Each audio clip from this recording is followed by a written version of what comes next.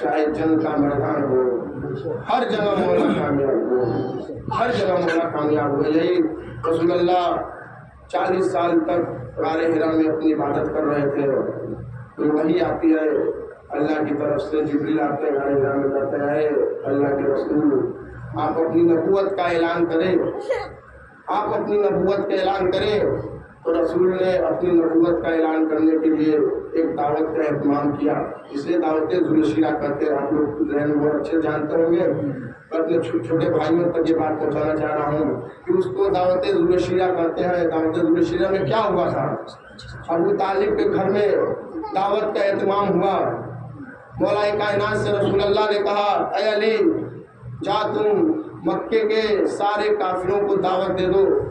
40 کافر مولا ابو طالب کے گھر میں آ کے اکٹھا ہو گئے، کھانا کھایا۔ مجھے پورے تفصیل نہیں جاننا ہے کیا تھا، بس کچھ جملہ آپ کے سامنے عرض کرنا ہے کہ کھانا کھایا، جیسے ہی رسول کچھ کھڑے ہوتے ہیں کچھ کہنے کے لیے، ابو جہل کھڑا ہوتا ہے، کہتا ہے ارے یہ تو جادوگر ہے، ان کی باتوں پہ یقین نہ کرو، چلو یہاں سے۔ سب کو لے کر ابو جہل چلا جاتا ہے۔ ایک دن ہوا ایسا، دوسرے دن پھر دعوت کا اہتمام ہوا، پھر کھایا پیا، پھر اٹھ کے چلے گئے۔ تیسرے دن جب تیسرا دن جب ہوا تو رسول اللہ ابو طالب کے پاس آتے ہیں اور کہتے ہیں اے ابو طالب، اے چچا ابو طالب، مجھے سمجھ میں نہیں آ رہا ہے کہ میں اپنے نبوت کا اعلان کیسے کروں۔ تو ابو طالب نے کہا کہ آپ بتائیے کہ آپ کو اپنی نبوت کا اعلان کب کرنا ہے؟ تو رسول نے کہا کہ میں چاہتا ہوں کہ آج یہ اعلان ہو جائے، میں چاہتا ہوں کہ آج یہ اعلان ہو جائے۔ تو ابو طالب نے کہا ٹھیک ہے، آج دعوت کا اہتمام کیجیے۔ پھر سے دعوت کا اہتمام ہوا۔ تیسرے دن بھی وہی حال تھا، کھایا پیا۔ اب جیسے ہی رسول اب ننگی تلوار لیے ابو طالب دروازے پہ کھڑے ہوئے ہیں، جیسے ہی رسول اللہ کھڑے ہوئے، ادھر ابو جہل نے ابو لہب کو دیکھا، ابو لہب نے ابو جہل کو دیکھا، ادھر ابو طالب ننگی تلوار لیے دونوں کے درمیان میں آ کے کھڑے ہو گئے۔ ایک ہاتھ ابو جہل کے کاندھے پہ، دوسرا ہاتھ ابو لہب کے کاندھے پہ، دونوں کو بیٹھایا اور کہا بیٹھ جاؤ، جب تک میرا مولا، میرا آقا رسول محمد اپنی بات کو بیان نہ کر دے تم یہاں سے اٹھنا نہیں۔ ایک مرتبہ رسول اللہ کے چہرے پہ اپنی آنکھیں ڈالنے کے بعد کہا اے میرے آقا، اے میرے مولا، کہہ دو وہ جو تمہیں کہنا ہے، اللہ کی طرف سے جو وحی آئی تھی اس کا بیان کرو۔ ایک مرتبہ ادھر ابو طالب نے کہا تو آواز پروردگار آئی، اے ابو طالب تیرا احسان ہو گیا ہے میرے محمد پہ، تیرا احسان ہو گیا ہے میرے اوپر، تو نے 40 کافروں میں میرے محمد کو مولا کہا ہے۔ تو نے بطور فرمائیے کہ تو نے 40 کافروں میں میرے محمد کو مولا کہا ہے، میرے محمد کو آقا کہا ہے۔ میں یہ تیرا قرضہ اتاروں گا، میں یہ تیرا قرضہ اتاروں گا۔ میں غدیر کے میدان میں 1.25 لاکھ کے مجمع میں اسی محمد کے ہاتھوں تیرے بیٹے کو مولا کہلواؤں گا۔ محمد والے محمد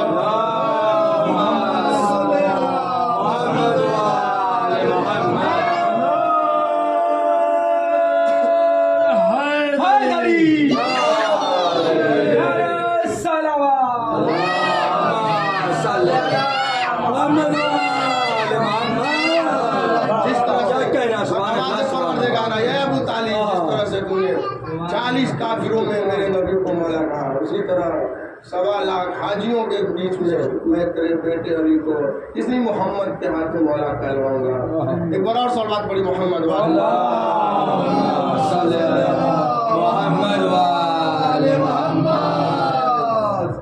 محترم، آج محرم کی 9 تاریخ ہو گئی ہے۔ ہمارا اور آپ کا امام چند لمحوں کا مہمان ہے، جتنا حسین پر گریا کرنا ہو حسین پر گریا کر لیا۔ میں چاہتا ہوں آج امام حسین کی روشنی کو، جب امام حسین خیمے سے نکلتے ہیں، عزادارو جتنا حسین پر گریا کرنا ہو حسین پر گریا کر لے۔ ارے رہے جو اگلے برس ہم ہیں اور یہ غم پھر ہے، جو چل بسے تو یہ اپنا سلام آخر ہے۔ عزادارو اس فرش پہ حسین کی اجڑی ہوئی ماں ضرور آئی ہوگی، اس فرش پہ حسین کی اجڑی ہوئی بہن زینب ضرور آئی ہوگی۔ عزادارو اس فرش پہ حسین کی ایک 4 سال کی بیٹی ہے سکینہ، وہ ضرور آئی ہوں گی۔ ہاں دادارو، روز جتنا گریا کرنا ہو حسین پر گریا کر لے۔ ہاں دادارو، ارے ادھر حسین، ادھر امام حسین آخری رخصت کو جب خیمے میں آتے ہیں، ہاں دادارو، ایک مرتبہ حسین نے کہا اے زینب، اے زینب خدا حافظ، اے زینب خدا حافظ۔ ایک مرتبہ زینب نے کہا بھیا خیمے میں آئیے، بھیا خیمے میں آئیے۔ ارے حسین خیمے میں پہنچتے ہیں، ارے ساری بیویوں نے ارے امام حسین کو گھیرے میں لے لیا اور ایک مرتبہ ارے حسین کے قدموں میں گر پڑتی ہیں اور کہتی ہیں مولا ارے ہمیں کس کے سہارے چھوڑے جا رہے ہو؟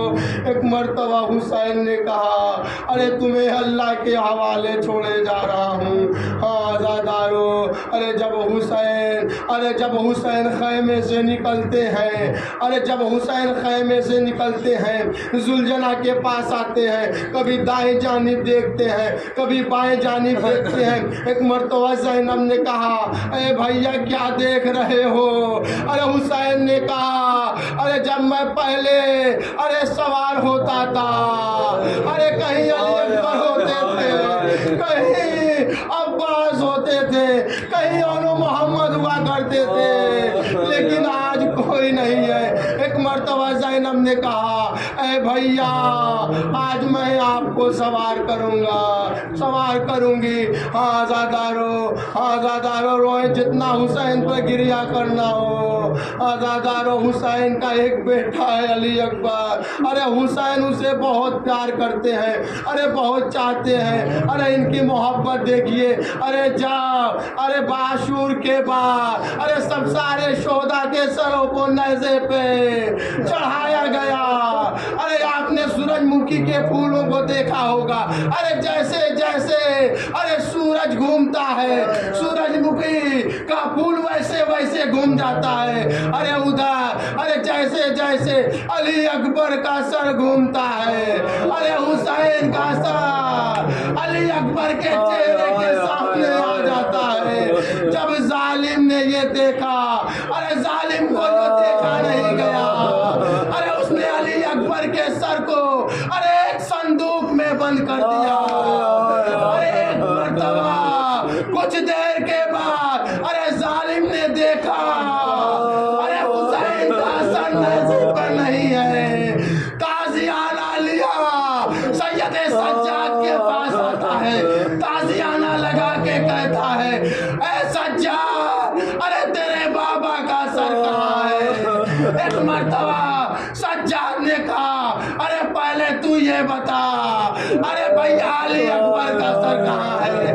ارے اس نے کہا ارے ایک صندوق میں اکبر کا سر ہے۔ صندوق کھولا گیا، آزادارو جملہ سنیے گا، صندوق کھولا گیا، ارے کیا دیکھا؟ ارے حسین کا سر علی اکبر کے چہرے پہ، اور کہہ رہے اے علی اکبر ارے تم بھی مجھے تنہا چھوڑ گئے۔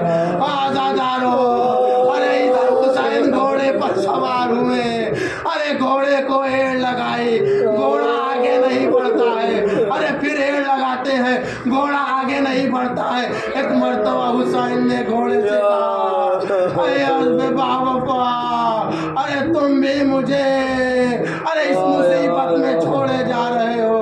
ایک مرتبہ گھوڑے نے اپنی زبانی بے زبانی میں اپنے پیروں کی طرف اشارہ کیا، ارے پیروں کی طرف اشارہ کیا۔ ایک مرتبہ حسین نے کیا دیکھا؟ ارے 4 سال کی بچی سکینہ گھوڑے کے سروں سے لپٹی ہوئی ہے اور کہہ رہی ہے ارے میرے بابا کو مقتل نہ لے جا۔ آزادارو، حسین زلجنا سے اترتے ہیں، ارے سکینہ کو سینے پہ سلاتے ہیں اور کہتے ہیں بیٹا ارے آج کے بعد ارے سینے پہ سونے کی ضد نہ کرنا، جہاں جگہ ملے وہاں سو جانا۔ ادھر حسین میدان کربلا میں پہنچے، تیر چلاتے ہیں، تلوار چلاتے ہیں اور روتے جاتے ہیں، ارے یہ کہتے جاتے ہیں تو نے